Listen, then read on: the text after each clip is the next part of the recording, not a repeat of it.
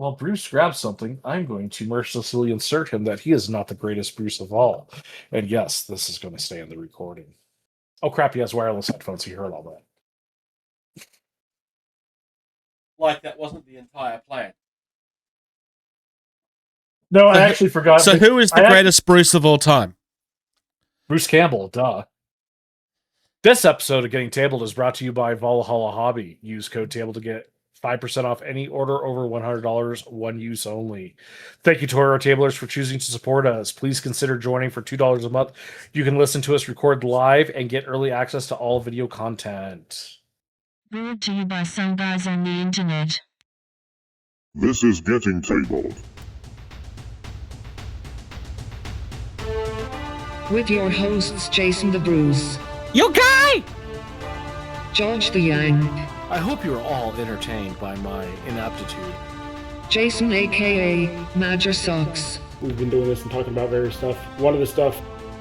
Now sit back, relax, and get tabled.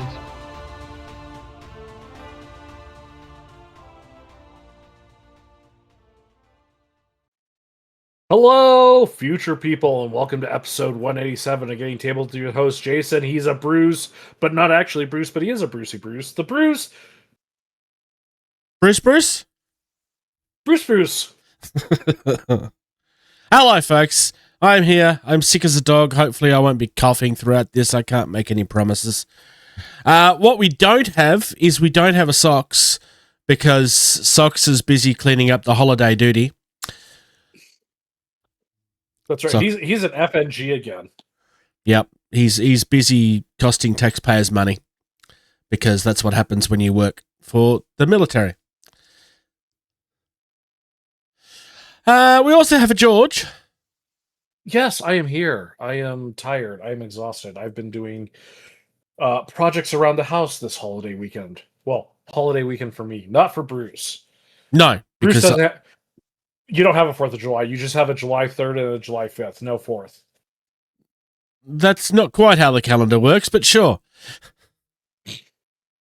For those Americans that are very confused right now, and for George, I don't know if I'm sure we've discussed this in the past.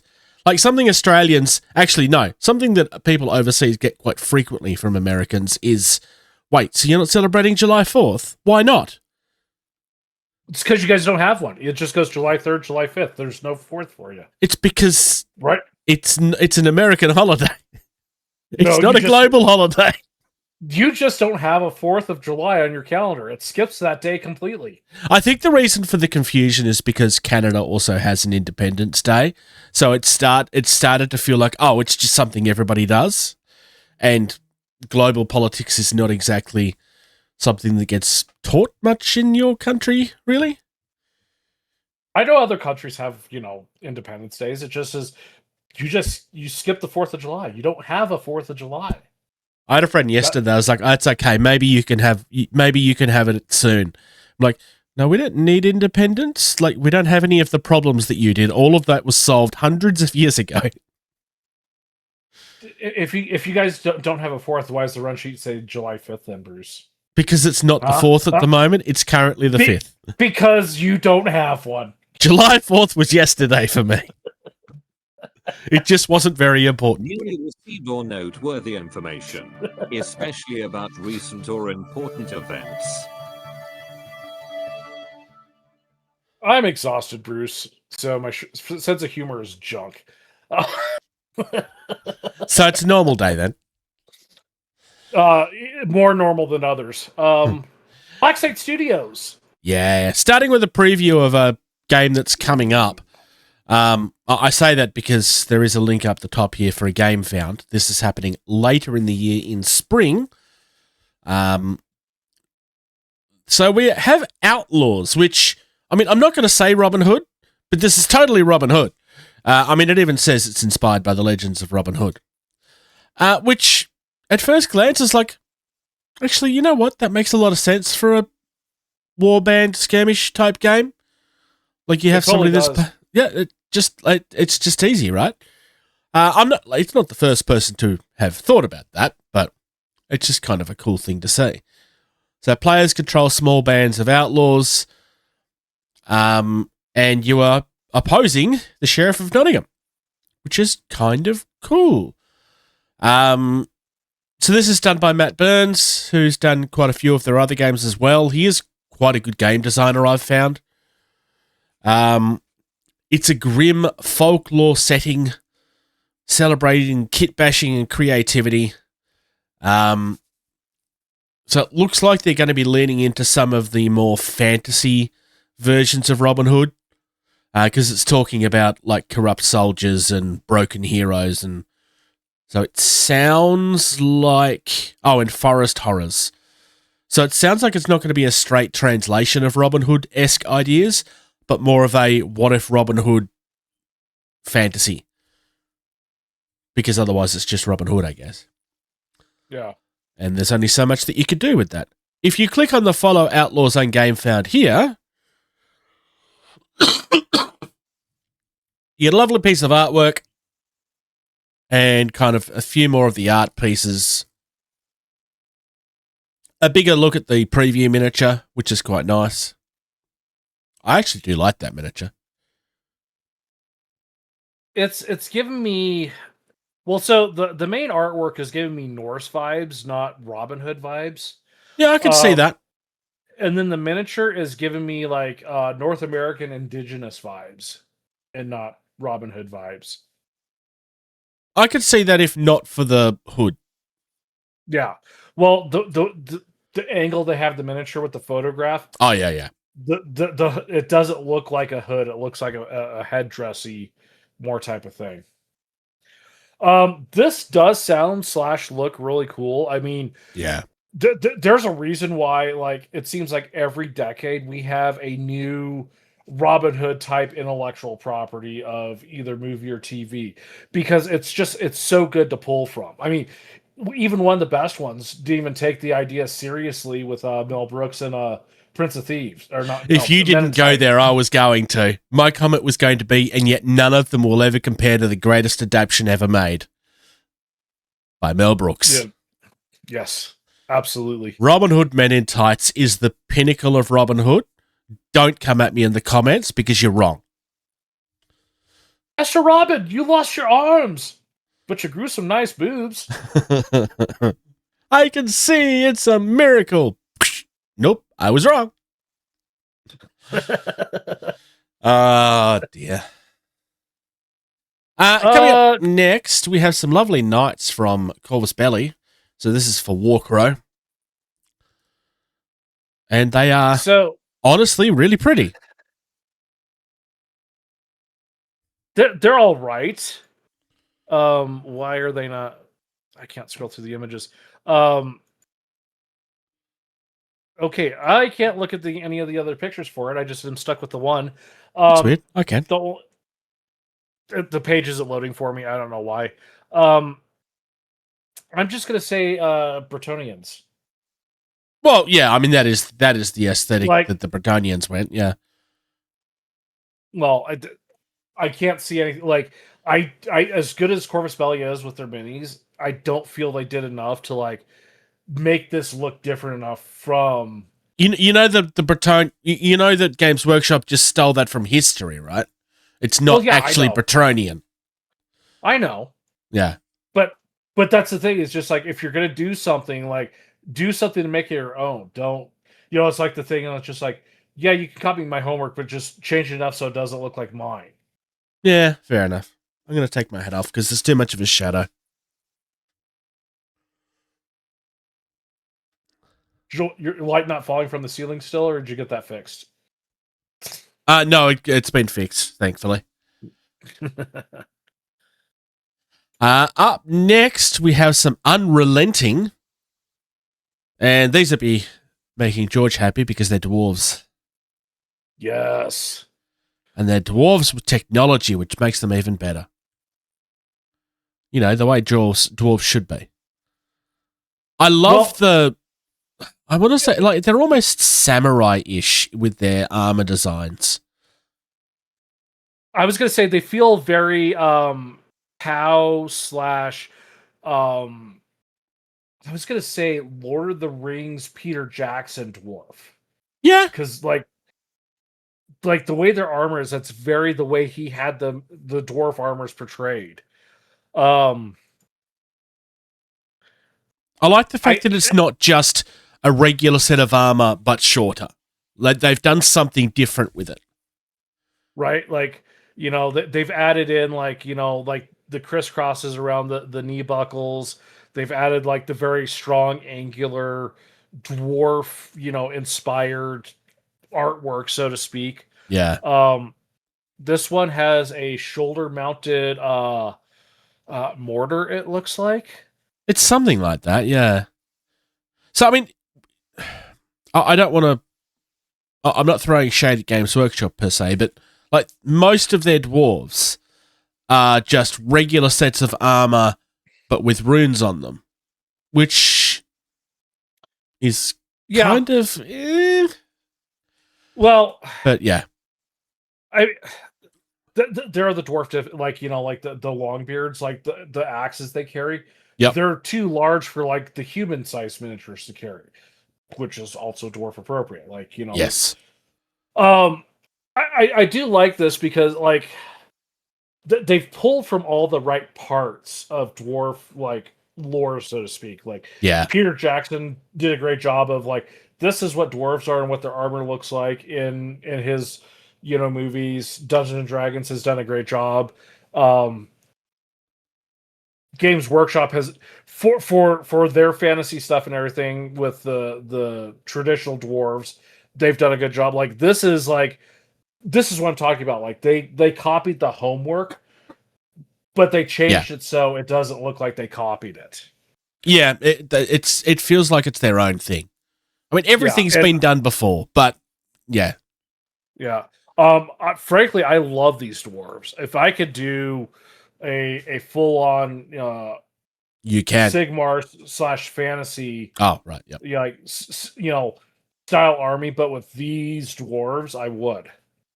Yeah, like I would proxy out all of these for for a dwarf army if there was enough to proxy out. Also, I'll point out too, if you're going to look at historical fantasy, the dwarves are always the ones that did have technology. Because yes.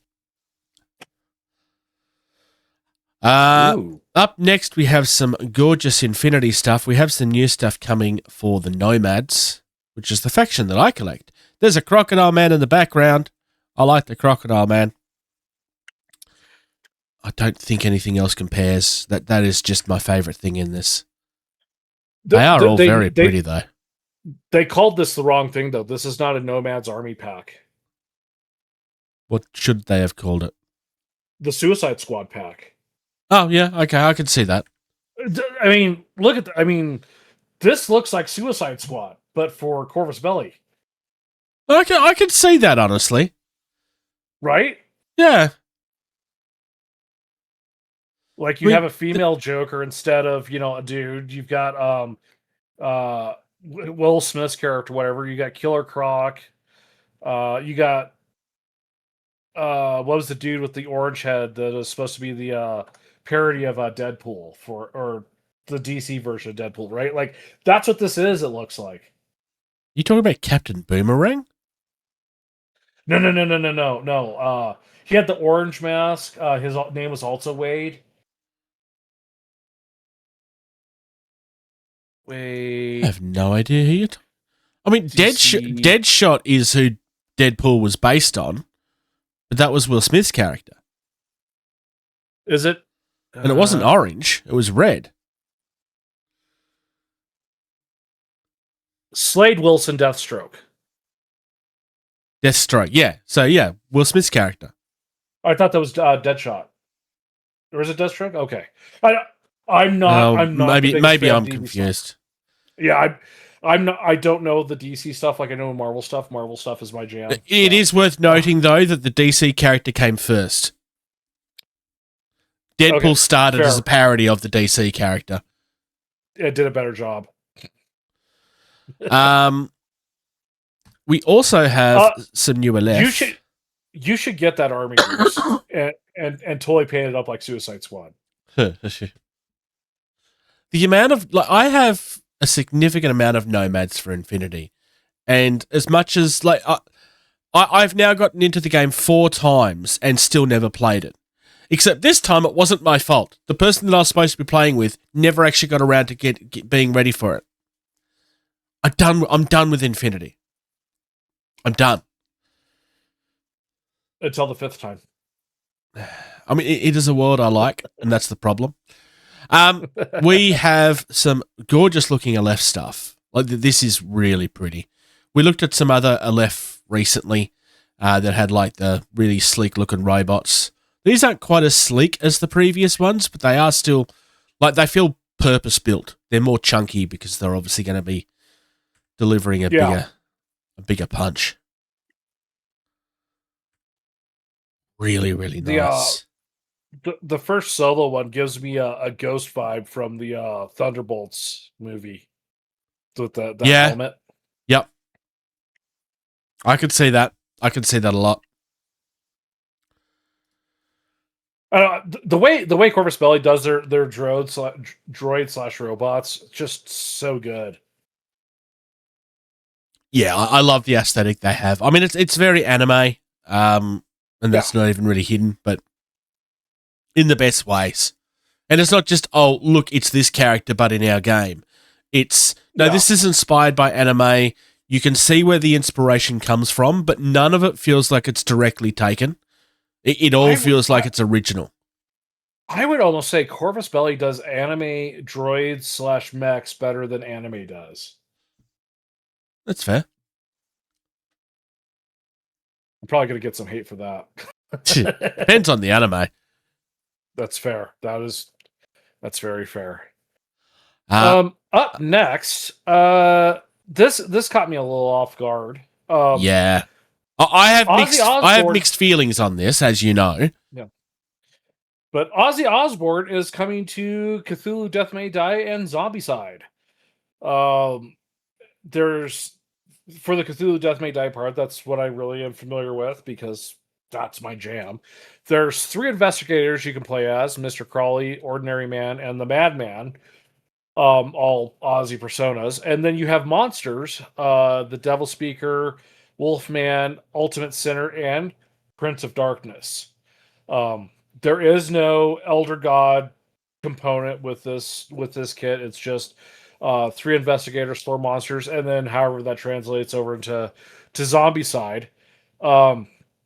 What is really neat for the Cthulhu side of it is there are 2 insanity cards to add to the list of insanities, which I just saw that when we were talking before we started recording, which I thought was really neat. Yeah.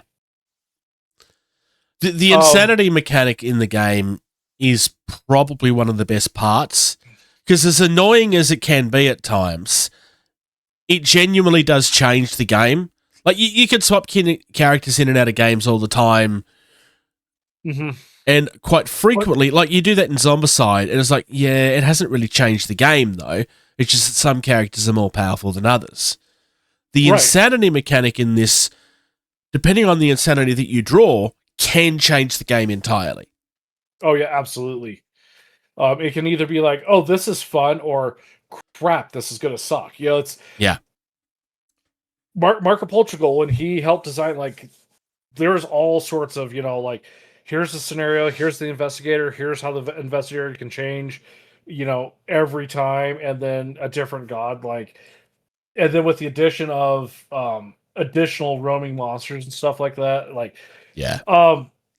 This has to feel like the Iron Maiden pack they did a couple years ago, which I was kind of like, okay, I'm really not into that. Like, I just want the game as it is. I don't want to add in, like, you know, rock, you know, legend mythos. And again, I don't want to do it with this set. I just thought it was a big significance because this is content created by Asmodee / Final Flight Games, or Fantasy Flight Games, sorry. Fantasy Flight Games as content for this intellectual property they have just purchased, which is showing that they are committed to continuing to support and grow this game. So, big fans of the game. This is good news. I don't want this, but it's good news nonetheless. Now, Bruce, you had an opinion about this, which I also don't disagree with. If you want to jump in Yeah. and share that with folks. I kind of feel like this is in poor taste. I mean, I get that, yes, it needs to be signed off by the estate and stuff, but let's be fair. It's just a business. They're going to sign off on anything that can make money. Mm-hmm. It hasn't even been 12 months. This just feels like it's an extremely poor taste. I don't think Aussie would have a problem with it. Right. But I feel it's in personality, very, very poor taste. Yeah, if he knew like anything about the game or stuff like that, I think he'd get a big kick out of this. Like, oh, I'm the Prince of Darkness and I'm a roaming monster killing people. Yeah, let's go. I'm half waiting for the Kiss one to happen because that's just a matter of time at this point, right? Kiss have their name on everything else. I don't feel that fits with Cthulhu, but it would fit with Zombicide very easily. Well, the reason why I wasn't, into the Iron Maiden one either was just like, I don't think this has any place fitting in with Cthulhu Death May Die. Yeah. I mean, they'll make it work, but it doesn't fit. But, there's also part of like, could you imagine sitting down and playing a game of Death May Die, going to kill Cthulhu as Kiss? Yeah. With the axe guitar and, yeah. Yeah, like there's going to be a group of people out there like, I have to have that to go kill Cthulhu. I'm surprised that Kiss hasn't entered the board game market already. Like, their name is thrown on everything else. Sure they are merchandise machines. That's of any decence or noteworthiness. So yeah. The other one I had said, because I said one earlier, that of all of the rock stars out there that could fit into Cthulhu Death May Die, I think Alice Cooper would be the number one name that just makes sense. It's just easy. Alice becomes your elder god in this case because he is a character with that much lore behind him that he becomes the elder god. Throw in Stephen from Welcome to My Nightmare. Just all of the characters from all of the stuff that he's done. It's such an easy box to make. You can have a box as big as the Monty Python one for Zombicide. I just saw another good one. Yeah? Gwar. I don't know what Gwar is. You don't know what Gwar is? Oh my god. I will have to educate you when we're done with this episode then. Is it also known as anything else? Gwar. Gwar. Okay.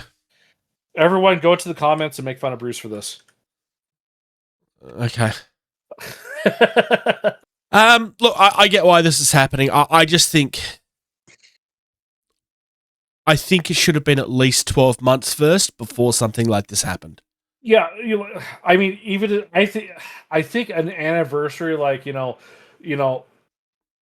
passing of Ozzy. Here's this, or maybe even his birthday. I don't know. Is this being done on his birthday? I don't know. Like, I don't even know when his birthday is. I'll say this: like, they're gorgeous looking minis. I imagine that there's a lot of people that would love to paint these, and I imagine in a few months after this is out, you will start seeing endless versions of this being shared in all of the groups. Hey, this is my version of Ozzy. I just feel it's too early. Yeah. I mean, it's also worth saying, I'm saying this as someone I'm not really a huge Ozzy person. I'm not saying I don't like Ozzy. I do. But I'm not like the world's biggest fan either. I just think it's in poor taste because it's in poor taste, not because I'm being a fanboy. Yeah, people can disagree. It's fine. Up next, the Mantic Vault. Yeah, we haven't looked at the Mantic Vault for a little while. This is their 3D print thing that they do. And I thought this was rather significant because this month they're actually doing a release for Kings of War Armada, which is these Ratman ships that they're doing. And they are, they kind of look like they're other ships that's all been kind of thrown and smashed together. They kind of feel like Space Hulks, but for the ocean. Do you see the Voton Dreadnought? Yes. Tell me that's not a Voton Dreadnought. Okay, it's not a Voton Dreadnought. It's a Scaldi Clan Hold Guard. Do you know why? Because that would be trademark infringement or copyright infringement. It's probably worth noting they did it first. They've been doing them much longer than Games Workshop have. Oh, I'm sure. Oh, I guess no, because they had the squats, but Even the dwarf with like the hammer that's slamming down, like that effect with like the swing graphic coming off the hammer. God, you could throw that to a Voton army as like, your commander, no problem. yeah. God, these look good. It's a really, really nice looking set. You're getting something for pretty much everything that they have games for. Like there's stuff there for Dead Zone, there's stuff there for Armada, and there's stuff there for Kings of War. I also love the Flax Hoof, the like Minotaur looking thing. Yeah. Really cool looking knight. Those rat ships, you know what they give me a really good vibe of? No? Skaven. Yes. Like, I mean, they are rat men. well, yeah, but I'm saying like Games Workshop doesn't have a ship game like this. They don't have for Sigmar/Fantasy. Yet if they did, like that would just go in as as a Skaven and no one would question you. Yep. Yeah, no, they definitely feel very Skaven. They definitely feel like it feels Ratman. The thing I really like about this is it's releasing something that the game didn't already have. Armada hasn't had a release for quite a while now. And they've just went, hey, have something new. It's just going to be part of this month's thing. What's not cool about that?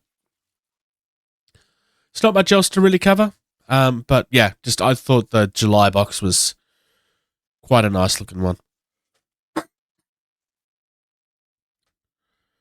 Up next, we finally have some Scourge battle cruisers. I'd like to make a complaint. Louis, I'm making an official complaint. I was doing a group order with people, and then this was announced 2 days after we submitted our order, and I'm upset. I could have had this by now. Actually, I couldn't have because it was only released today officially, but it was announced 2 days after. I'm so upset. I could have bought this already. I'm just looking through the alternates, builds. Yep. Oh wait. Oh no, never mind. That's the ship backwards. Never mind. But still, holy. I will say this. I think there are some ships with the Scourge where you could play these backwards and it just looks fine. Because then it just looks like tentacles coming to swarm you. Right? If you look at the first picture after the box image, like I thought that was the top ship image. I thought that was a different sculpt of it. Yeah.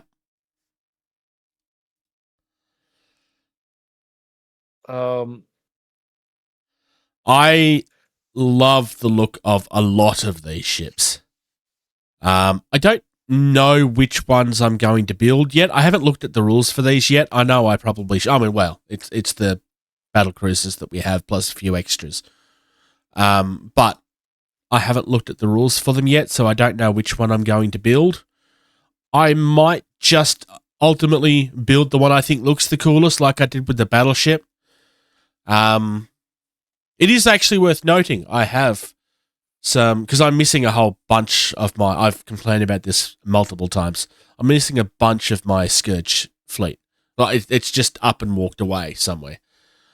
So I need to buy some more cruisers. I've got 2 things of cruisers on the way, and I have the hero ship, the Hatred, coming as well. So the Hatred will be on the videos. Speaking of hero ships, oh yeah, Socks needs to buy this, and I don't mean know. Look at this though. I don't know if this is just the way the ship is designed or the way the ship got painted. Yeah, that makes it look so freaking cool. Yeah, I mean you Like, still have the smooth lines, but there's just something about the way that they've painted this that like it really stands out. Yeah, it makes it look more oomph. Yeah. When my friend Asher was doing the group order, he asked me what I wanted, and the first thing I said is I want the hatred, and he came back at me and said, "No, because I don't want to face it. You can't have it." I mean, that's a fair argument. Look, the hero ships can be quite intimidating. Nothing yeah, nothing is like it's not like it's going to break anything, but it does look quite intimidating on the table. Okay. Yeah, I remember talking about that guy. And then finally,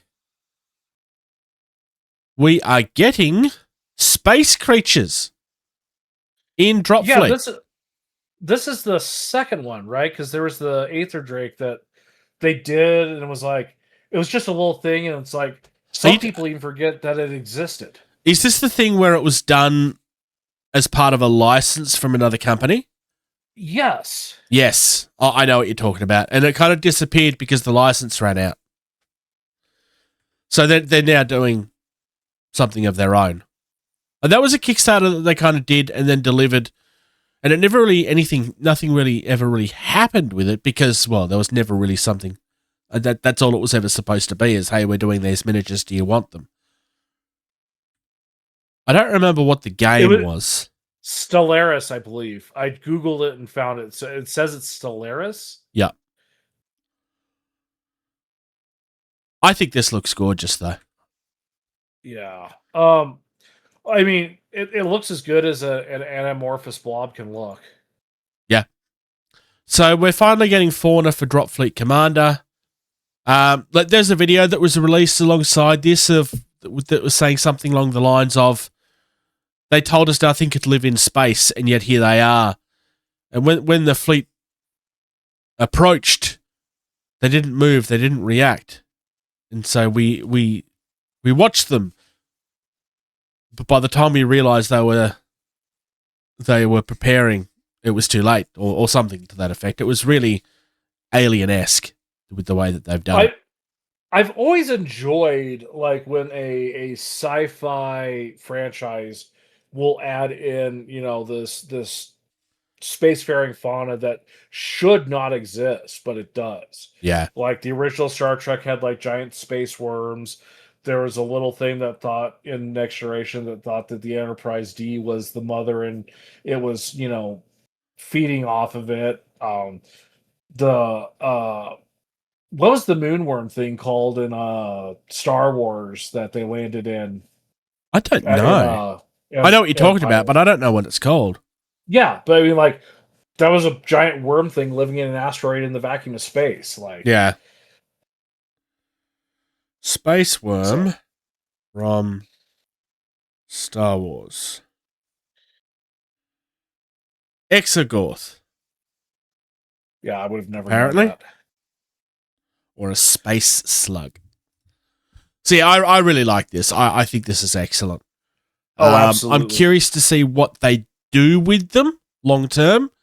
I don't think I want to see a fleet of them, but I would like to see more than just one ship. Like, I'd love to see like a couple of different variants and like having missions around them or something. Like, you have to try to survive against this, or you're trying to harvest things from it, or I'd like to see it more as like an AI space monster. yeah, like, where it's just to interrupt whatever you're doing.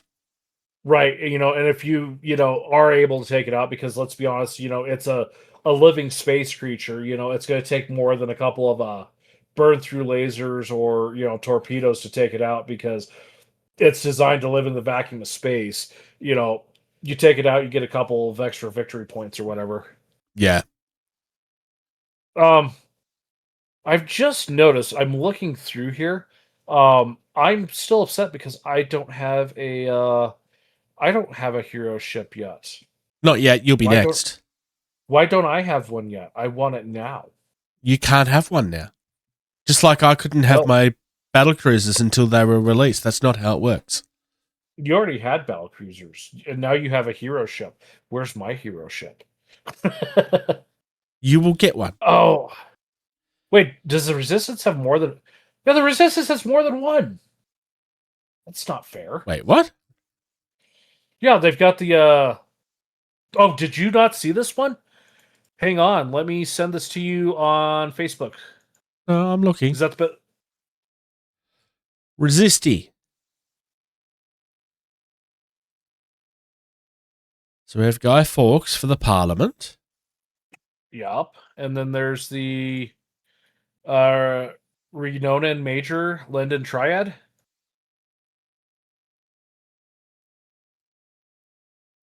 Don't. Oh, sorry, that's UCM. That's UCM. Sorry, my bad. Okay. I'm like, I don't see that at all. I thought George has Okay, lost oh. his mind. I told you I was working my butt off today. Yeah. Yeah, no, that's something else. All right, moving on. Moving on to Game Found for Quake, the board game. I kind of feel like we're just getting all of these now. Like, Doom has had a couple of board games at this point, and I said that when we covered Doom already. Mm-hmm. And then, like, recently we got StarCraft, which was, like, and I said it at the time, it's like, yeah, I don't understand why this hasn't happened sooner. It just makes sense. Mm-hmm. I kind of said similar things about XCOM. I could say the same thing about Quake. Probably even more so. For sure. I mean, I to some really gotta extent, do something Quake about for this me, window. I was never a Quake person. I was always an Unreal Tournament player.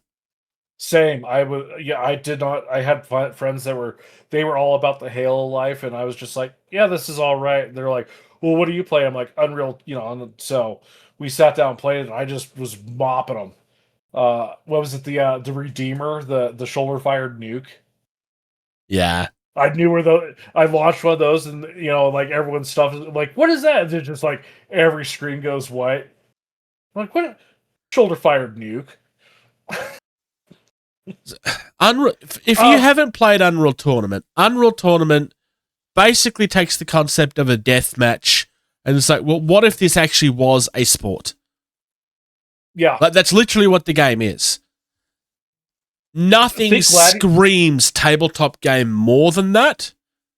Yeah. In saying that, it's a dead franchise, so if somebody wants to do it, just make your own. Don't make Unreal Tournament. It's a waste of time. Don't give Epic money. Make your own.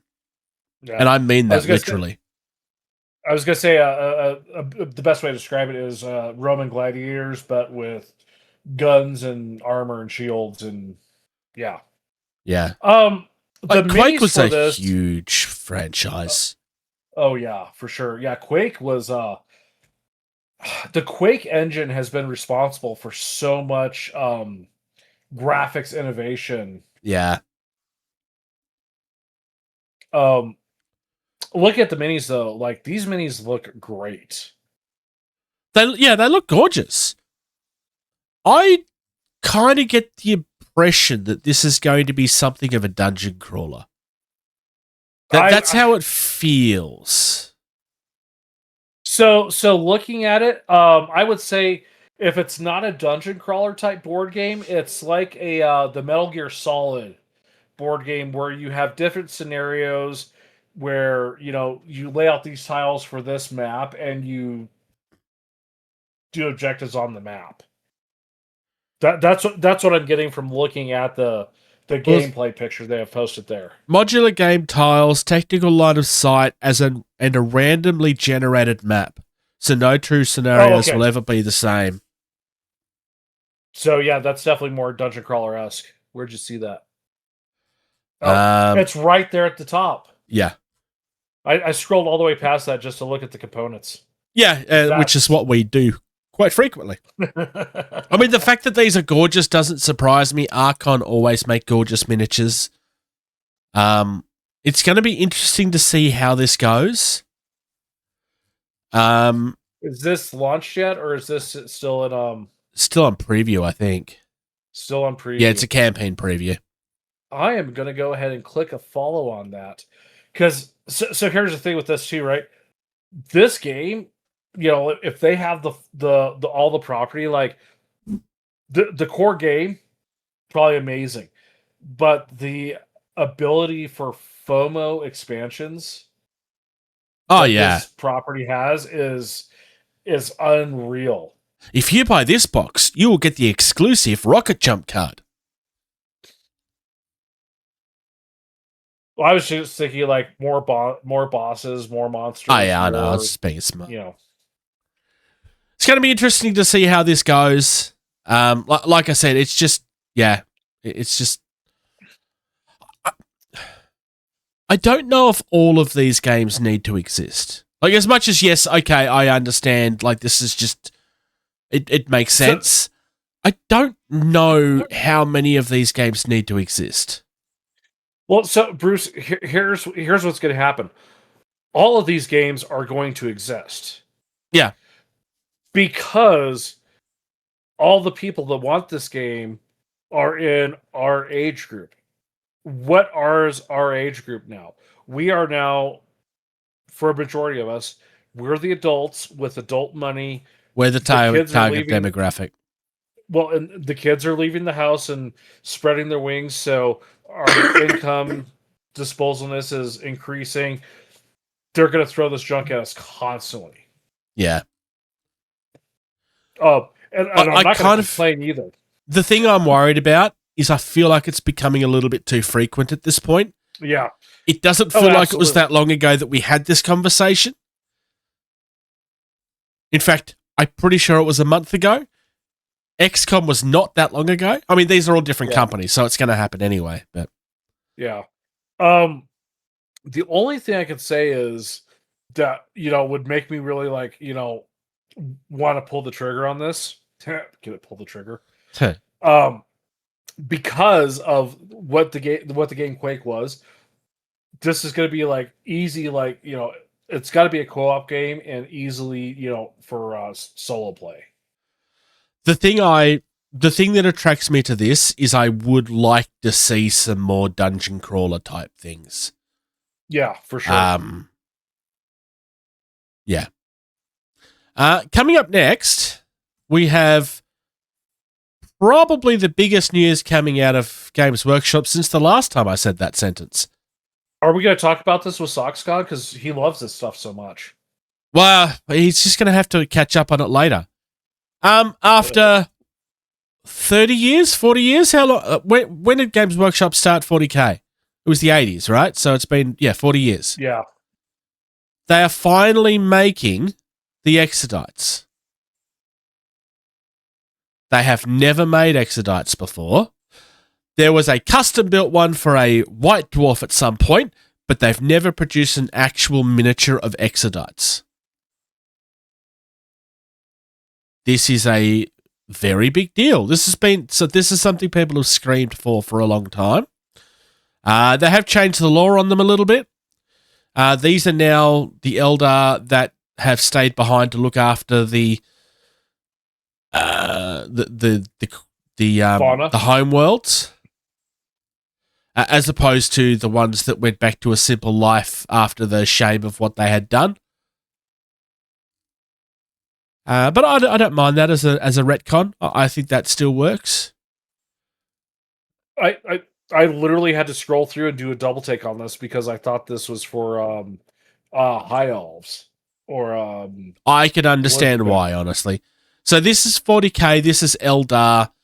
The concept for this has always been that it was Eldar that rode dragons instead of having flying vehicles.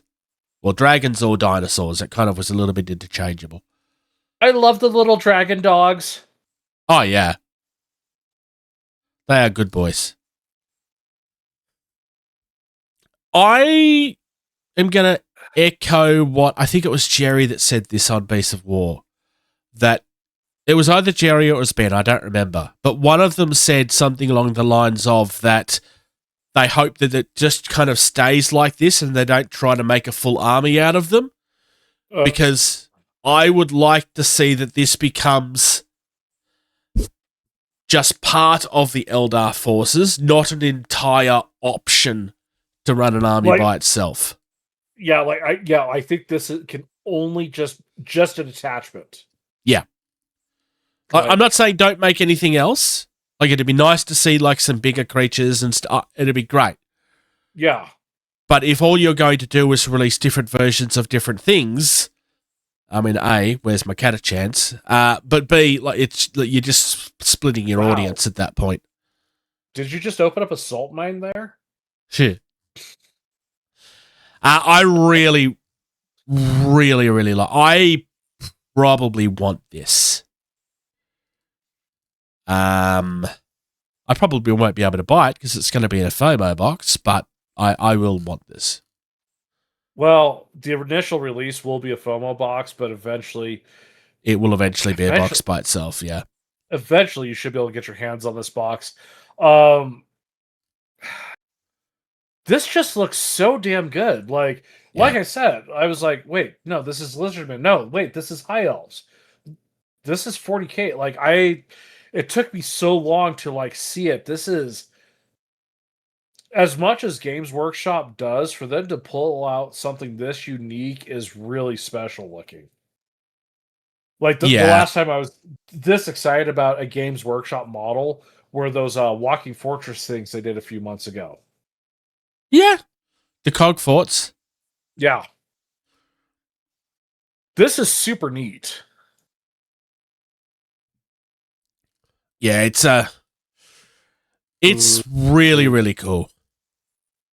The thing I like about Kill Team, as much as I will still argue that Kill Team is a bad introduction for 40K because the two games they're not compatible with each other. Yeah. They don't transfer. It's still the best way to introduce new stuff like this, especially if they're not sure how well it's going to sell. For sure. If they want to make a bigger investment into it. If you can really, in this case, this is what, 4 models? Am I right? Is it 4 or is it 5? The dogs are 2 separate ones, and it looks like there's 3 different. So 5 total.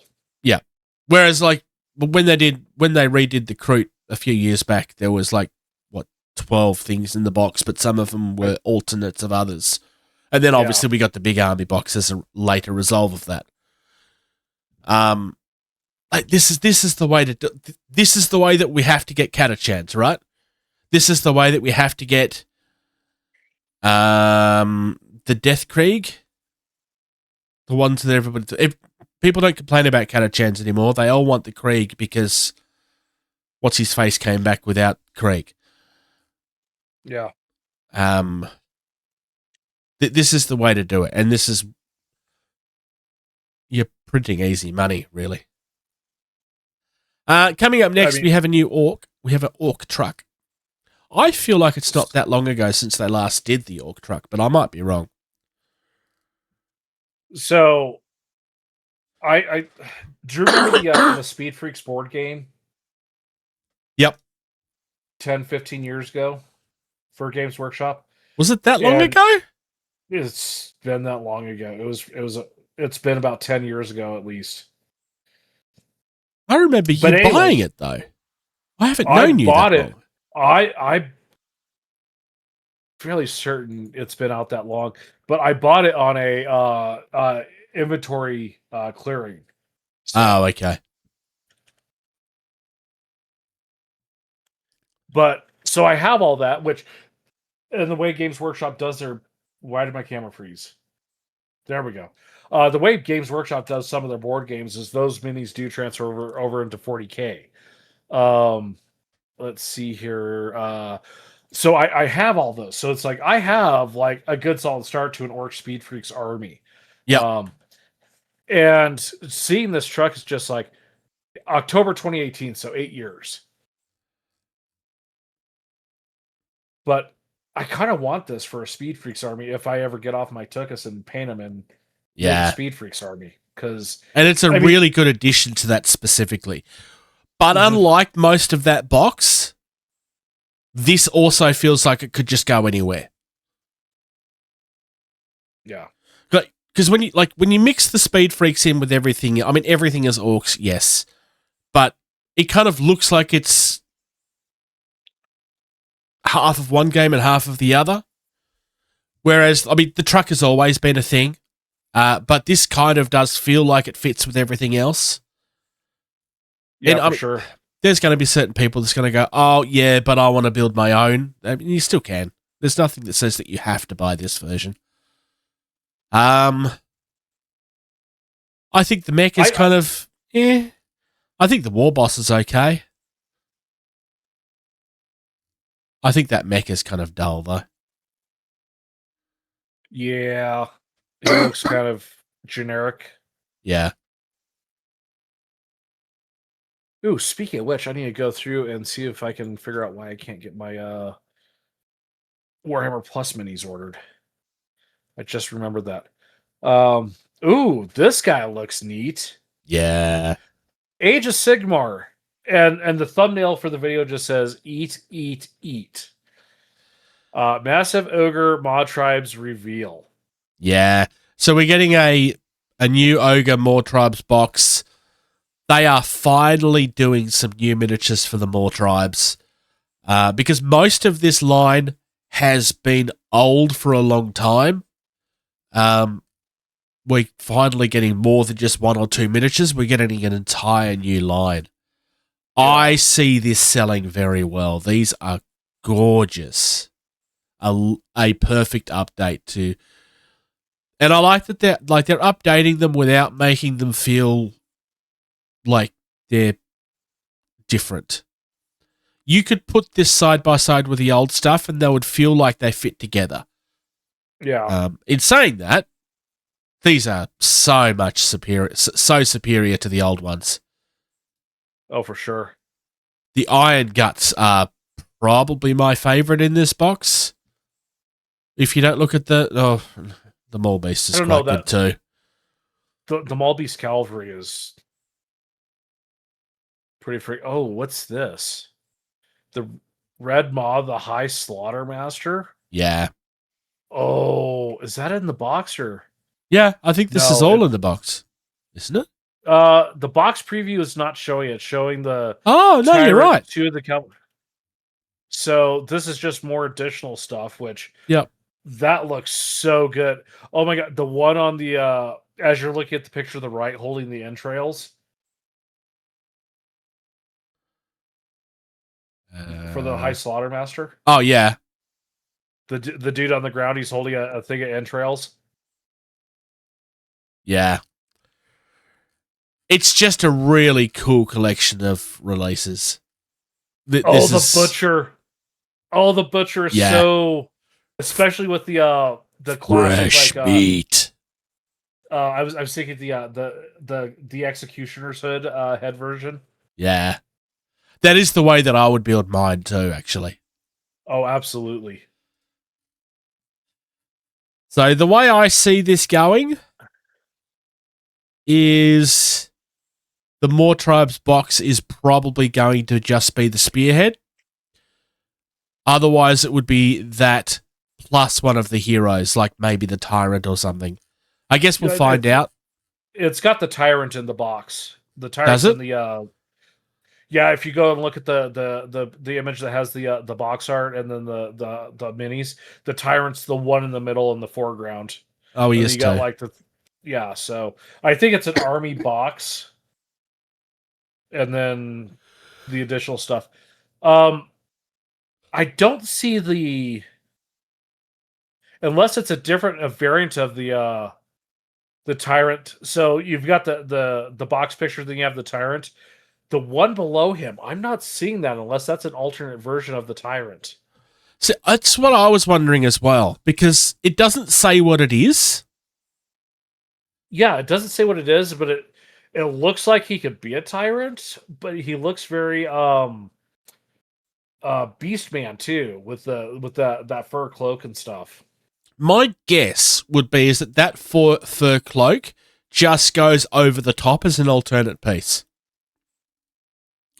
Because if you look at it from the side, that metal thing is exactly the same shape as what the other guy has. It's just painted differently. Yeah, but it's the other hand. The legs are different. If you look at the tyrant, he's got No, it's the same legs. It's just on the side.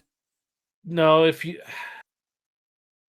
The hands are different because you swap the hands over with alternate pieces. yeah, but if you look at the knees, like Yeah. the One first is tyrant, facing he's got- forward, the other one's on the side. They've just Right, turned but if you look- they've just turned the miniature around.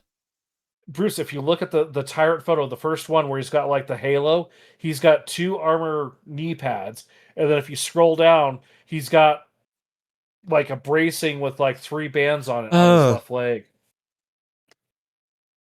Yeah, so like I don't know what this guy is. Like I said, he looks like he'd be a tyrant. This new kit comes with a selection of heads, cleavers, hammers, back banners, and more. So it's an alternate version of the same miniature. Yeah. I wish they would like. So I guess the Say that this front is of also that leg is split so that you can take it off and swap off different armor pieces and stuff. That's what it have to be.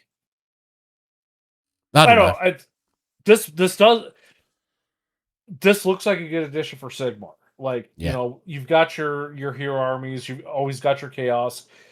Fleshing it out with new things like this is always great, I think. Like, And there's nothing about a cannibal army that's not going to be creepy and ferocious and just really cool. It feels very Age of Sigmar. oh yeah, absolutely. Coming up next, something else that I wasn't expecting out of Age of Sigmar. So out of Games Workshop, they're actually redoing some miniatures for the old world. Because this isn't just a fresh new release.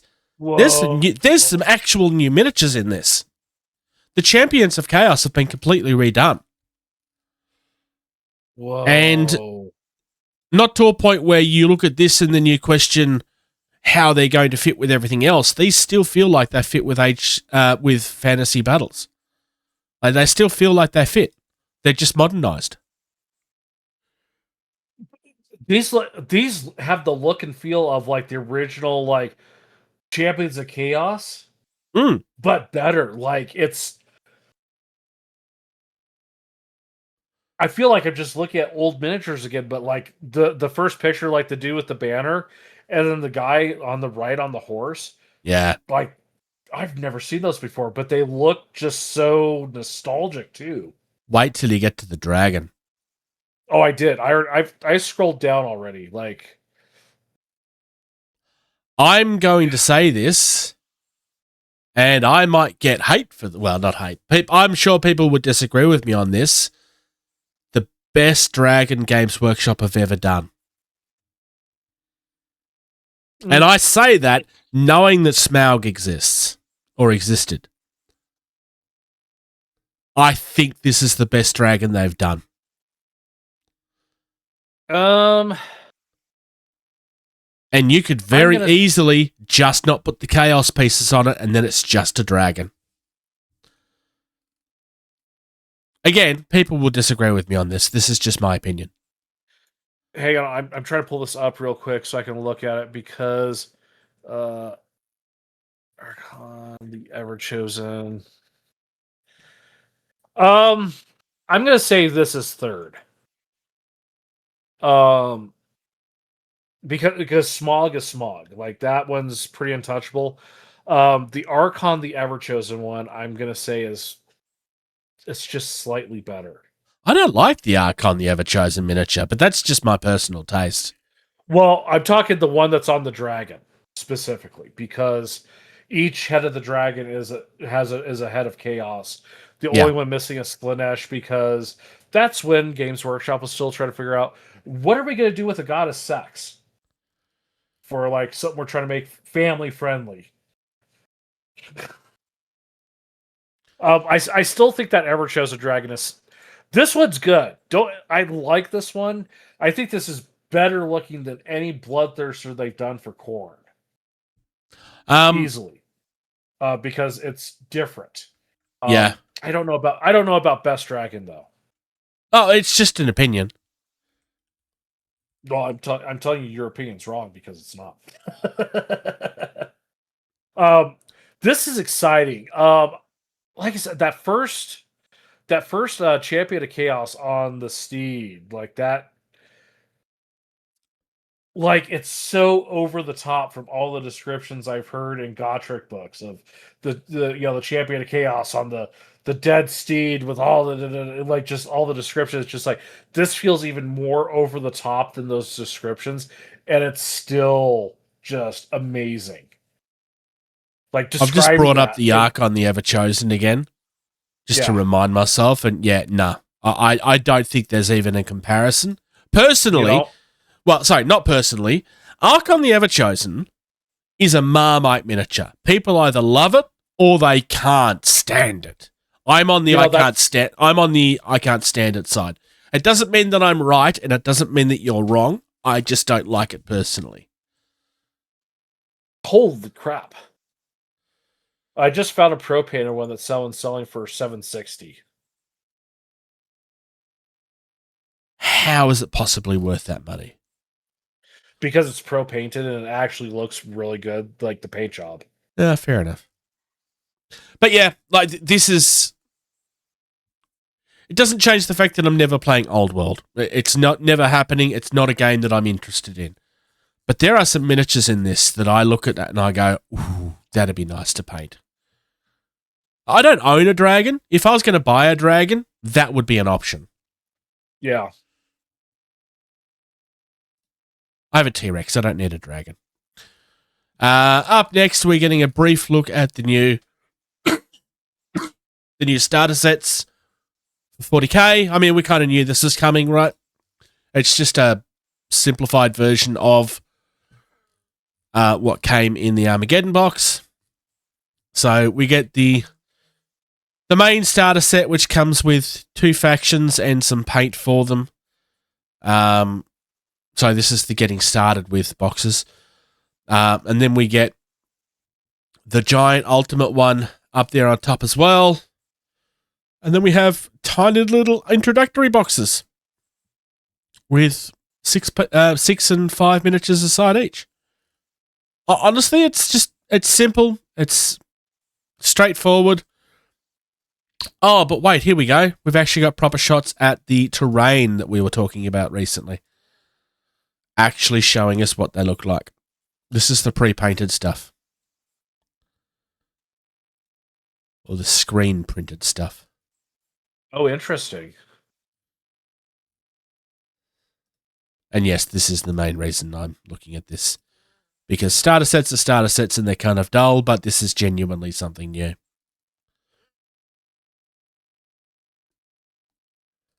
They're also selling battlefields this time. Like just the actual soft mats.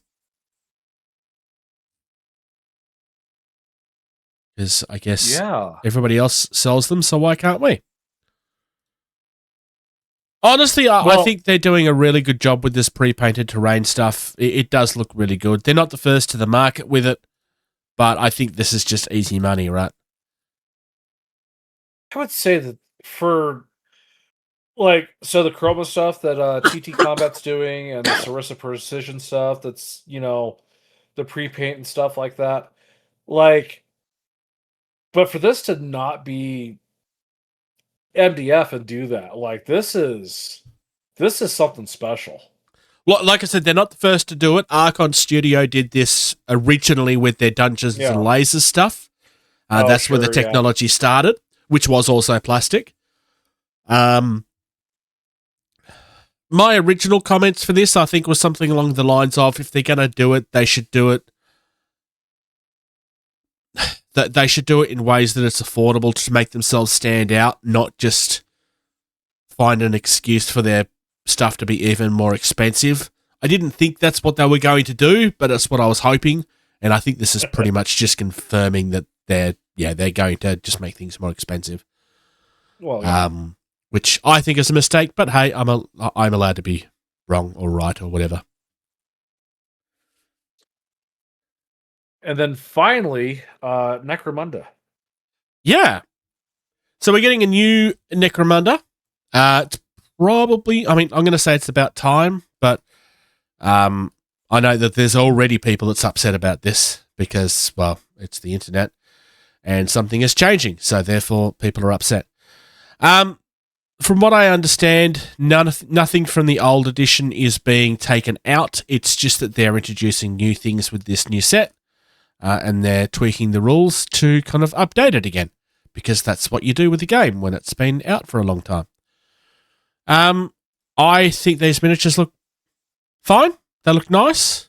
I would say I probably prefer the Eshin over the Goliath minis. There's just something missing in the Goliath minis for me, but I didn't really like the original Goliaths either.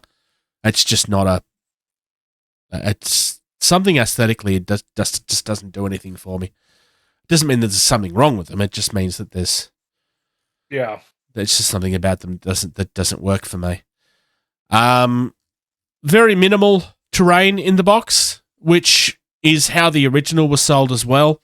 Apparently, this is something that people are getting upset with online, that it doesn't come with a lot of terrain. But, I mean, you either have a stupidly expensive box that nobody can buy and people complain it's too expensive, or you have a more reasonable one that it's not going to matter. It's going to sell out anyway. I'll just put it this way, right? Games Workshop, first and foremost, they are a game company. What are their games? Well, it's games where you have miniatures. And Yep. there are so many, and I'll say this, there are so many companies out there that do all the accessories for the game better than Games Workshop does it. Yep. And so, for something like this, like, you could go get so much more for a better price than what it would cost to get this Necromunda box with the amount of terrain you want. Oh, 100%. I would get there's also better games out there as well. Because I'm going to correct you on one thing. Games Workshop are not a games company. They are a miniatures company. Well, the miniatures are what the games are played with. But yes, you are correct on that. This But, is how they label themselves. Yeah. If you want more terrain, don't get it from Games Workshop, because that's going to make the box twice as expensive to get what you want. Just get the gangs for Necromunda, and then go to Sarissa Precision, go to TT Combat, go wherever else, and get twice as much terrain. And realistically, you can get better terrain elsewhere at a cheaper price anyway. Yeah. Most Games Workshop terrain all looks the same. Yep. It's not what they care about. They care about the miniatures and you buying the miniatures, and this is just the terrain in the box is an afterthought. Yep. I mean, look, I actually think these pipe sets and stuff look quite nice. It's probably it's more interesting than the terrain that we were just looking at for the starter sets. It feels very appropriate for the world, but it still kind of feels like everything else. Yeah. And you've got new books as well, which we kind of didn't mention, but yeah. Look, it's going to be interesting to see what they do with the new rule set. We don't really know a lot yet. I don't see a lot changing. I think it's just going to be tweaks and stuff to bring it more up to date, but I guess we'll see as time passes. Trim, glue, prime, paint. What have you been up to, Socks? Oh, he's not here. Socks has done nothing because he's lazy and he smells funny. What about you, George? I haven't done much in the way of miniatures. I did upgrade / do something with my hobby bench. So I'm going to. Oh, I wonder if I can do this. Input device. Ooh, I can do this. So I can go over here. I can't hear you, so don't talk to me. And I just knocked my headphones down. But I got my drawer finished. Yep. So here it is. There's Cat. Cat is coming into the view.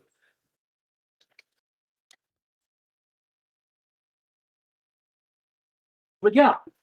So that's what I've been working on, was getting that built.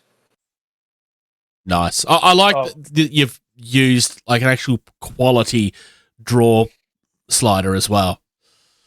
So here's what all went into it. I got some T-slot aluminum. That was about $50 for the 4 pieces.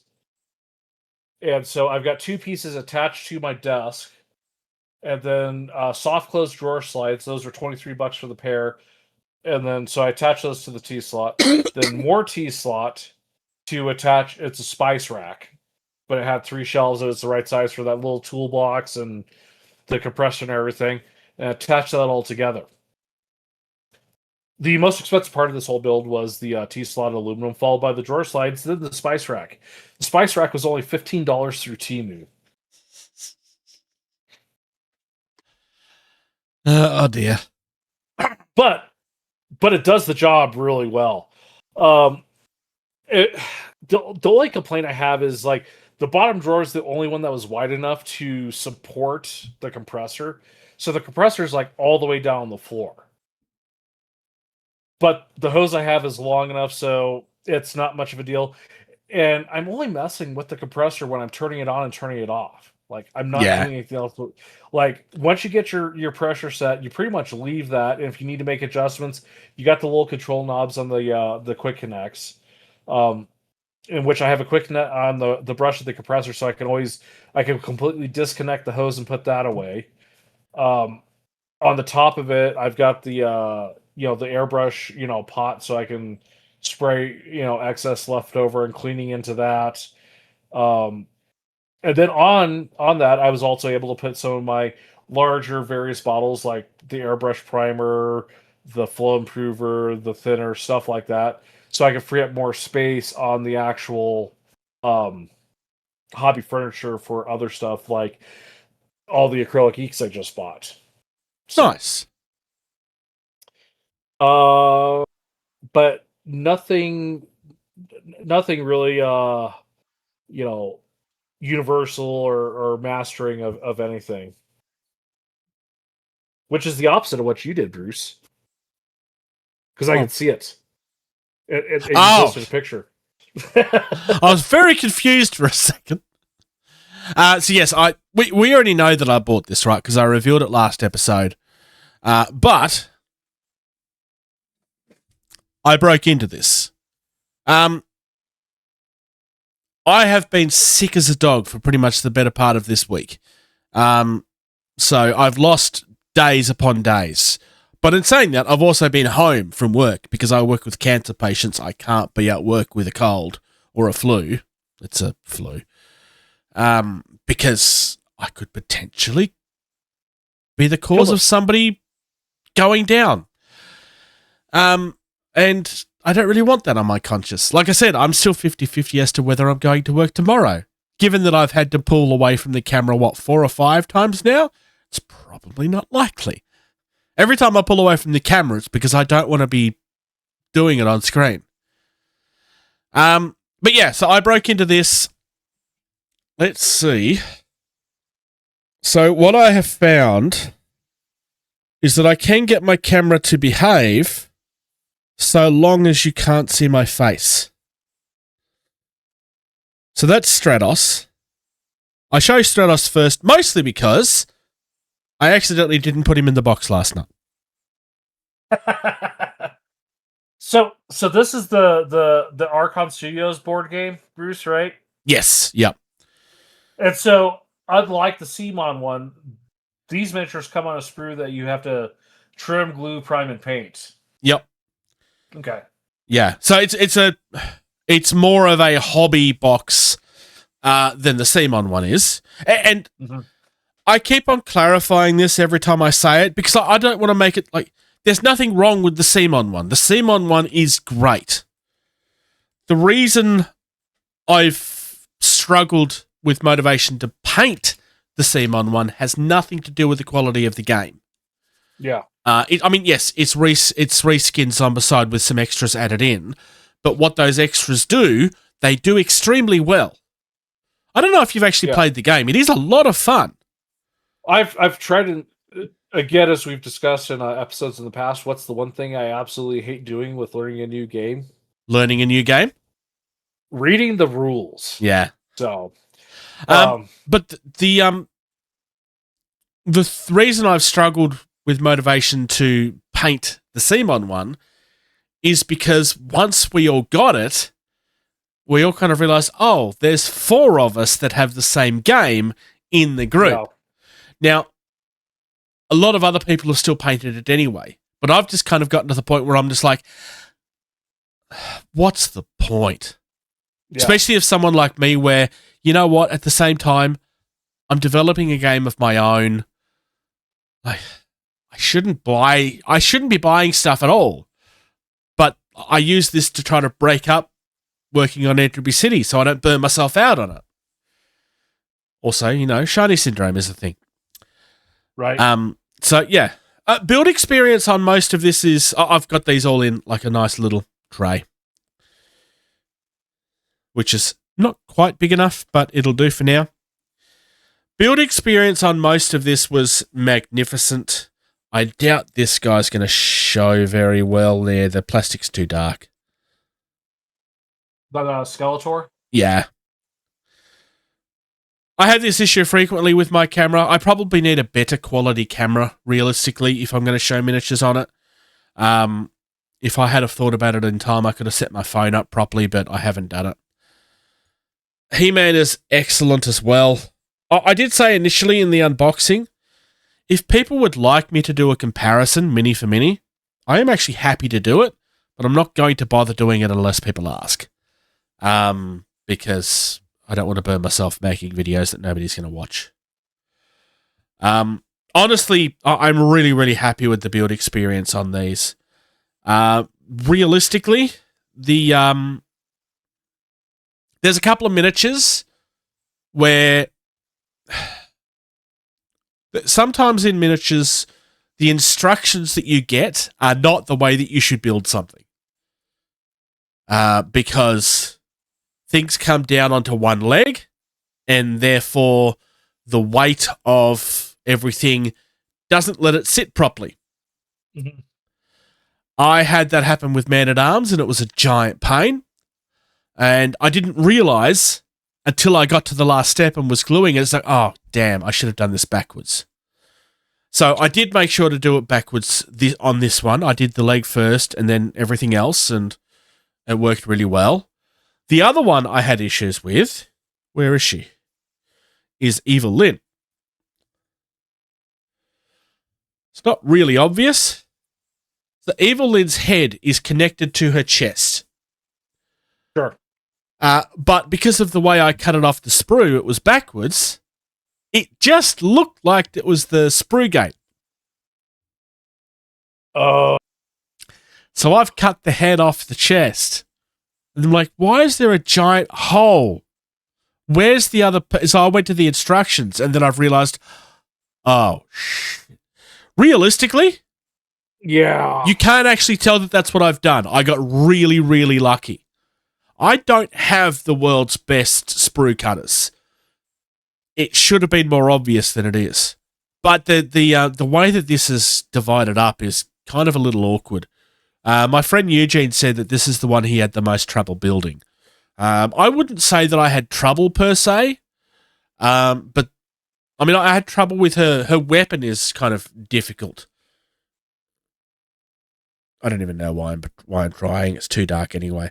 But the way that staff comes, I can kind of make it out, yeah.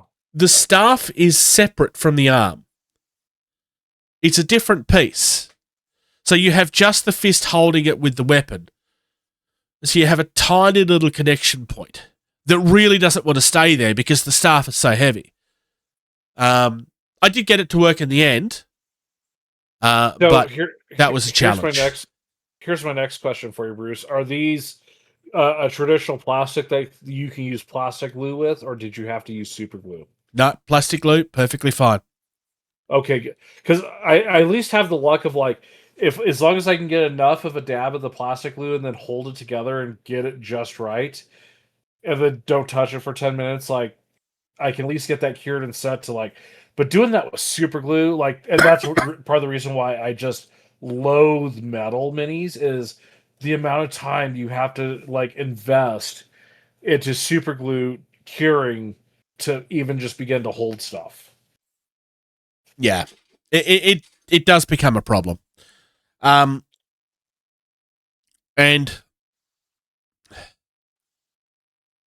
you have the same problem with resin, but I find resin less frustrating. Well, it's got less weight behind it in some cases. I find poured resin less frustrating. I do find 3D printed resin as frustrating, but for different reasons. Yeah. I would probably say worse reasons. Which is not me hating on people that sell 3D miniatures. So long as they say that that's what they're selling. Yeah. But yeah, 3D printed resin is so brittle, I find it really frustrating. I find it really annoying. Here's my unless I'm printing it myself, in which case I can just print a new one. It doesn't matter. Right. Yeah, unless you've already painted it. So here's my thing too, unless it's like, one of those damn things that Games Workshop does where it's like, here's this giant mini like this. It's on a little tiny thing like this.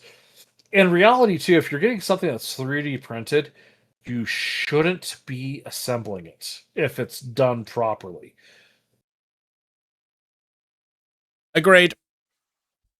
So, that's sadly not always the case, but agreed. Yeah.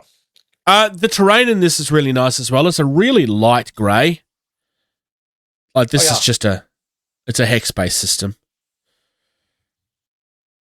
On the box, when I showed the box off last week, like it just looked rather simple, right?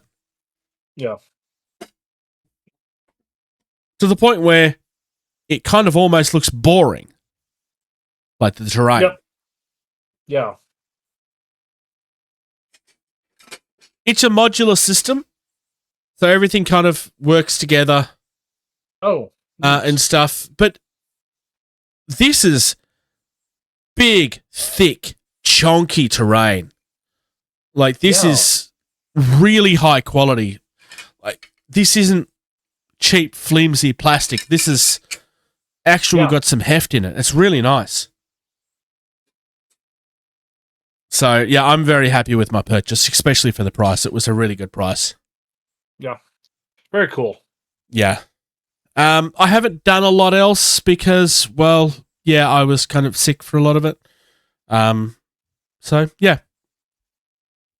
Oh, and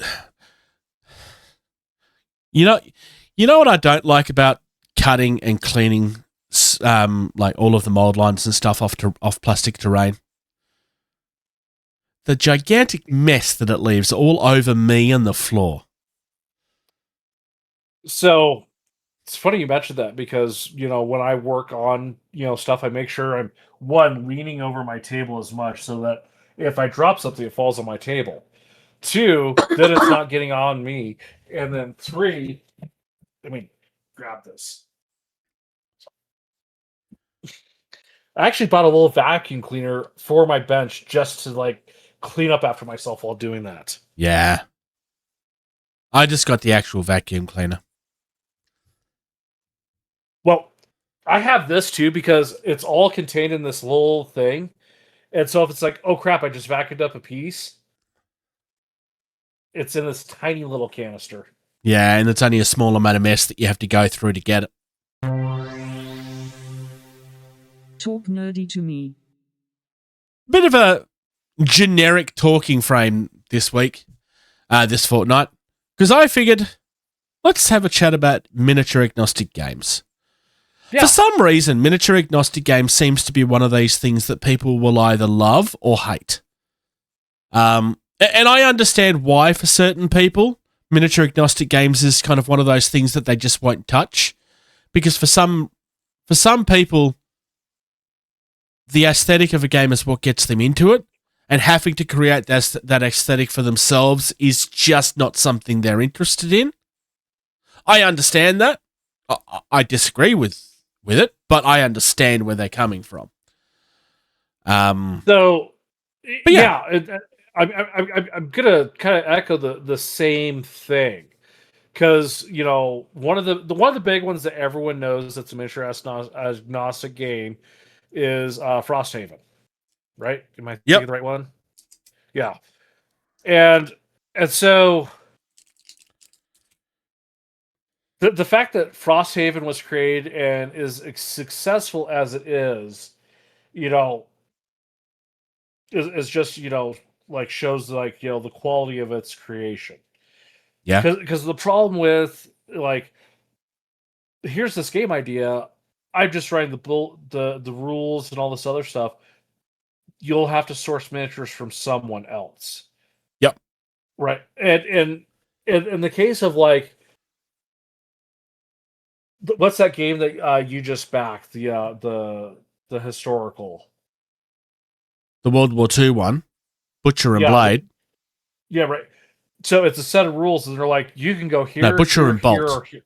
Yeah, but because it is historical, there are numerous of manufacturers where you can go to your manufacturer of choice to get what you need for that game. If you create a game and you're doing it off of, say, I'll just throw it out because it's what just popped in my head, right? You create a miniature game where it's miniature agnostic, and the best stuff to use is Carnivale from TT Combat. Yep. Okay, that's fine. There's lots of things you could do with a Venice-themed, miniature game, right? Where do I go buy that here in the States conveniently and easily right now? Valhalla Hobby. That's one. What if I don't know about Valhalla Hobby? I know. I'm just being facetious. Right. So I mean, that's my point, though, is like, doing a game like that, you need to do one where, Louis, I don't listen to this part. Like, skip ahead 10 seconds. What if TT Combat goes out of business and you can't get Carnivale anymore? Okay, Louis, welcome back. And so you've created this game that relies on the miniatures from this manufacturer that is not in existence anymore. Your game's dead, essentially. Well, I mean, that's a risk with all miniature agnostic games, though. I mean, to be fair, let's use my game as an example. It's not why I'm talking about this, but let's use my game as an example. I have a game that realistically, nobody makes the miniatures for it that I have in my head. Yeah. I have stuff that I have made work through some choice painting options and kit bashing, yeah. Modeling, yeah. Because, I mean, the Hades bikes that I have are from Infinity.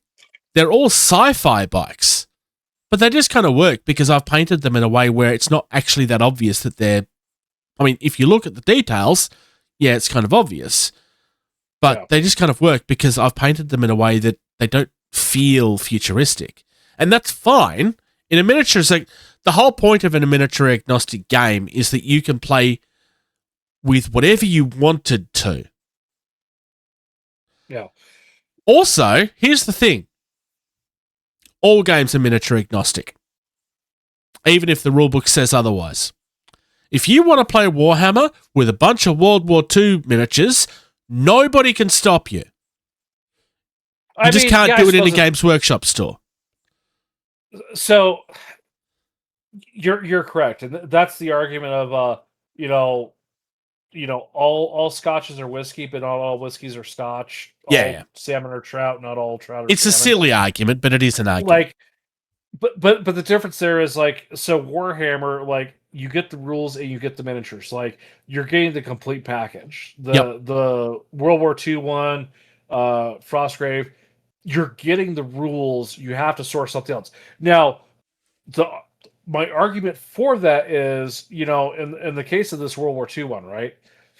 Let's say you already have like all this other stuff. You've just bought a second set of rules. You've already got the miniatures. You don't need to buy more stuff. You don't have more stuff to sit on a shelf or build more shelving or find more space. Like, it's allowing you to use what you have, which is fantastically great. It also then makes your game cheaper and more accessible to people of, oh, well, I've already got this stuff. I could buy this and have another game. And that's the benefit of it. Yeah. Yeah. It's what, like, so most miniature agnostic games are and topics that people generally expect to have a lot of miniatures. It's undead, it's generic fantasy, it's generic sci-fi, because the expectation is that even like if I have something that's generically in space, then you know what? You could probably use your Space Marines for it. Space Marines look close enough to like if I have a game that's based on the moon, you know what? Yeah, sure. That works. They kind of look like spacesuits. It's close enough. Yeah. Just throw it out there, Blacksite Studios, like, Well, yeah. they've got a whole bunch of generic stuff that you could use in a whole bunch of different settings because they've done a really good job of making a catalog of very good looking generic stuff that, can be used just about anywhere. Yeah. And again, I don't have the brain capacity to design a game. I have the capacity to critique and suggest on a game, but not design one from scratch. But I'm surprised. I think you could, but you would need to have the motivation for it. Like you'd need to have the idea. I've tried to birth stuff from my gray matter, and it's just like I've DM'd in the past, and I could DM a game and have buddies together, and we can play a game and have fun and hang out. But I am not a good DM, and I'm not even trying to compare myself to professional DMs. Like I've played with other guys that could DM, and they're superior to me. Even it's not. I'm creative, but I have to have creativity come from someone else in order to be creative. So, but I'm also surprised that we don't have more agnostic games out there than we do. I mean, and I don't know if it's because of the limited scope of what I think to some extent it's because a lot of the games because there's a lot of games we talk about, for example, that are miniature agnostic, but actually also have miniatures that you can buy. Like you mentioned Frostgrave earlier. There's an entire series of miniatures for that, official ones. Yeah. You just don't have to use them. Every Blacksite Studios game that they release is miniature agnostic. They just also sell miniatures because, I mean, why wouldn't they? They have the skill to make them. Yeah. Not everybody does have that skill is the thing. Like Osprey Publishing, but back when we were doing dedicated indie things for a while, Osprey Publishing is a game company that we looked at one point that have rules for everything. Are all of those games going to be excellent? No, you can't release that many games and they're all going to be excellent. Yeah. But to have that many games in your catalog, and you can just do whatever you want with them, says a lot. Yeah. Case in point, Osprey Publishing. Yeah, exactly. Yeah. Who publish Frostgrave and stuff. So I think to some extent it's Games Workshop have 75 to 80% market share. This is a huge thing of it. Because most people don't even look outside of Games Workshop, let alone the niche side of the industry that is the miniature agnostic stuff. I mean, there are people out there that will scream this till the cows come home. Miniature. I think when you say when you put that out there, I think a lot of the reason why too is people don't do this is because, that's how not how it's done. You make your rules, you make your minis, you have your game, and I think that you especially your Games Workshop, but your TT Combats, your Privateer Press / Steam Forge Games. I'm trying to think of some of the other ones out there. Malifaux, they make their rules, they make their minis, and I think part of the reason why maybe too we don't see more of it is that's just not how it's done. It's done this way. And I think to some extent, when most people are getting into a game, most people are looking for a game that's easy to buy into. because if I find, like, for example, I'll use this as an example because it's kind of the first thing. There will be a video coming on this at some stage, the hide bone stoning. But my first thought when I was like, okay, I have some Denisovians that can work for my crew. Oh, I also need monsters. Oh, I also need if I'm going to play this with somebody, I actually need another tribe to play against. Like, so it's not as simple with something like this of I can go out and buy a starter set and that will do for now. I have to, terrain you can throw together with generic stuff, sure. But if I want buildings and stuff, like I'm going to have to scratch build them, most likely. And if I want the monsters in this, I have to now source them. And then you have the same issue with like a lot of other miniature agnostic games. It's not necessarily a problem. Yeah. But it does introduce extra steps. It's not as easy to buy in because you have to do, like, it's what gaming was in the 80s. Sure. That we don't have to deal with anymore. Because for most companies, and again, like I love miniature agnostic games in theory, but I'm not going to sit here and pretend like there isn't extra work that goes into them. Yeah. Because as much as I'm sitting here and saying, look, you can use whatever you want, it doesn't matter. I mean, it does, because at the end of the day, if you're using Space Marines in a caveman game, it's going to take you out of the immersion, which is half of the fun. I will argue, too, that it's also a matter of convenience. Yes, which is what I'm saying about easy buy-in. Yeah. Well, but I mean, like, it's easy to sit down and play a board game because it's all in a box. It's easy to play,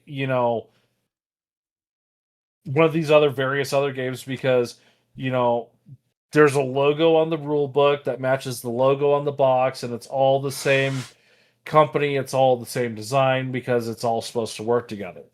To go to this Kickstarter where you're going to get probably a really nice rule book because they're not worrying about anything else except for their rule book. So it's probably going to be super nice. And they're just saying, go to one of these 4 companies and this will work. Which, and I feel like historicals have a leg up advantage over other intellectual properties because, well, a historical's historical. Like, it is a thing that is. Yeah. It's not a thing that someone else came up with. If you look at Armored Clash versus, what is of that era? Napoleonic? Like, it's not even the same thing because it's not, I don't have the word for it, but yeah, it's, I do like the idea of the miniature agnostic. I do like that because, it allows you to use something you have in a different way to play a game. But the one thing I will say about miniature agnostic games on that same thought. So if you want a game that will be a project where you can actually like sit down and like, you don't necessarily have to like record the project and make a channel out of it because, well, you need the audience for that. But like, if you wanted to sit down and say, okay, this is going to be, I have backed this game, like Entropy City is a Kickstarter. It's done well. I've backed it. The game's not going to be here for 12 months. Okay. Now I have 12 months to build my city and my gang. And so, yeah, then you've got time to source the motorcycle miniatures, to source how you're going to do your... That is the... But that's a very specific person in the... Also, I'm not saying that that's how I'm going to do my thing. I'm just using it as an example so that it's a generic example. But like, if you are the sort of person that wants to make a project out of building your next game, Like if the fun you have in Warhammer is making your own stuff, then Miniature Agnostic Games is for you. Sure. But if you're the sort of person in Warhammer that will only paint things and only build things the way they're supposed to be, it's probably not something you're going to get into. And neither extremes of that is a problem. And that doesn't make you less of a gamer. There's nothing wrong with painting things the way they're supposed to look. There is some amazing games out there if you want to go, though. Sorry, I'm not well. So yeah, hence why I thought this would be an interesting topic, because Yeah, no, I don't disagree. the YouTube channel I was trying to think of earlier was Tabletop Minions, Uncle Adam. He screams about about miniature agnostic games all the time, because it's one of his passions. I was like, well, Sure. You know what? Yeah, I think we should talk about that as well. Because I had a feeling that our conversation was going to go somewhere else, and it did. Yeah. Because like I said, like,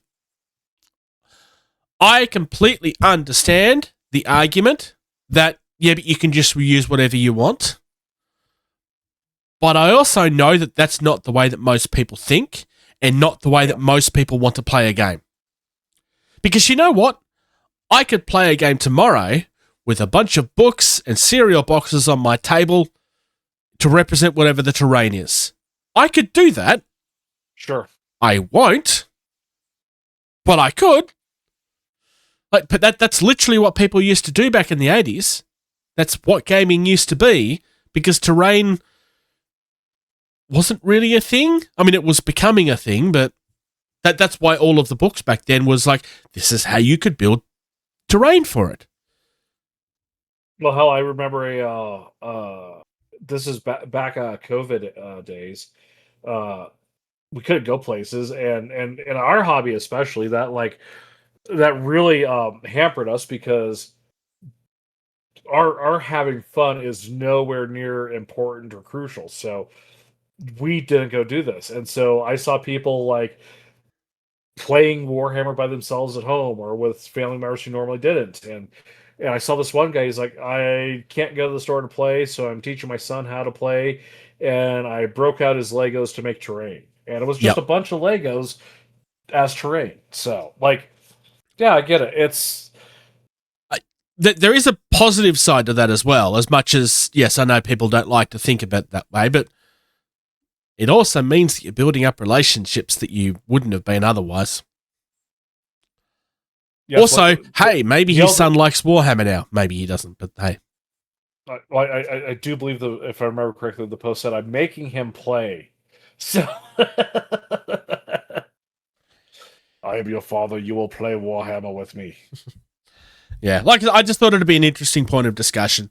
Yeah, it's kind of interesting. It's something I don't really think about, because I'm one of those, people I'm lazy. I want this, and I don't want to have to do all of this. Yeah. I get asked I won't say frequently, because obviously I'm a nobody and I don't have a very small audience. But like, about Entropy City, like, one of our newer Patreons asked me, like, what is actually going to happen with this recently? And I was like, well, to some extent, this is a problem for future Jason, like, quite deliberately, because I don't really have the answers for that yet. I mean, I would love to have my own set of miniatures. I mean, I would love to learn how to sculpt and do it myself. It's probably not a realistic goal. I'd love to do it. When it gets to, I mean, to some extent, one of the reasons why I'm concentrating on the rules so much is because, ideally, when they're ready, is something I can go, okay, this is this thing I've done. I think it's really good. Would you be interested in contributing with miniatures? And like, we license or something. I may have nobody that's interested in doing that, but it's an option. I can at least ask and approach people. Or maybe I will just try and, do it myself. All right, let's move on before I die choking to death. That sounds like a good plan. Talk about as our we mentioned wonderful sponsor. As we mentioned before, the game talk. If you do find someone who's made an agnostic game that you need Carnival miniatures for, you can get those from Valhalla Hobby, located in Verona, Wisconsin. They have a wide array of everything. Malifaux. They have the stuff that we always talk about, but they do have the smaller games. They have the Malifaux. They have the. Tell me some of the other. They games, have the Bruce. indie stuff that we talk about. Do they have everything? No, they have a large range though. They can get it, yeah. They've got BattleTech. I've been checking their website constantly because I'm waiting for them to get the SKU replaced on their website for my English Ivan, because Weird has pushed that back so many times that he had to remove the SKU from the website because he couldn't actually get it. Still ordered it, I still paid for it, but he still can't get it yet. So it's not on the site. But they've got Army Painter, Armored Clash, Dystopian Wars. I mean, they have so many games that it's hard for us to mention them because it's which ones do we mention? ValhallaHobby.com. Highly recommend you go check them out. If you do want to place an order with them and you do spend over $100, use the code TABLE at checkout. It'll give you 5% off your first order. They're located in Verona, Wisconsin. So if you are ever in the neighborhood, drop on by. That's ValhallaHobby.com. And to save Bruce's voice from him choking to death, if you want to support us, that's $2 a month. You can become a tabler. That's at patreon.com/gettingtabled. You get to listen to us record live. You get early access to all the video content. The website is gettingtabled.com. Links to all the shows, podcasts, and everything are located there. We're most active on facebook.com/gettingtabled. That's where we'll post most of the, hey, here's this episode, or, when we do an unboxing, that's where we'll post it at. Of course, obviously, youtube.com/gettingtabled. Go give us a like and subscribe. Check our stuff there. If you got anything for us, questions, comments, things you want us to talk about, or you think we should know about, you can email us at gettingtabled@gmail.com. Bruce will put links to the Discord in the show notes. Come check it out. You don't have to be a patron to be on our Discord. There's a Patreon section, but there's a general section where you can come and people will talk to you. Even us, we'll talk to you. Speaking of Discord, we had our first bot that joined last week. Oh, did we? Yeah, it finally happened. They're gone. Oh. But so if anybody noticed that I deleted their hello thing, it's because it was a bot that got banned. Bots are bad. I'm on the Simon Discord, and oh my god, the bots there. I'm just happy that we're actually big enough that we've actually somebody's actually tried. We got our first spam. Our other socials are the X/Twitter, Instagram, Blusky, Threads. Those are all at Getting Tabled. There's a Reddit out there, r/Getting Tabled. Bruce, when he's feeling better and has time, he has a Twitch that sometimes he will stream on. That is twitch.tv/JasonTheBruce. Toy Reel, youtube.com/ToyReel. If you want to watch Bruce play with toys and action figures like he's 4. No, that's not what he does, but I think it's fun to picture him doing that, youtube.com/ToyReel. And then, of course, his project, his baby, entropycity.com. Thank you. Thank you. Thank you. Thank you. Thank you. Thank you. For listening to Getting Tabled. Music used in this podcast was created by Eric Matyas at soundimage.org. Perfectly healthy, why do you ask?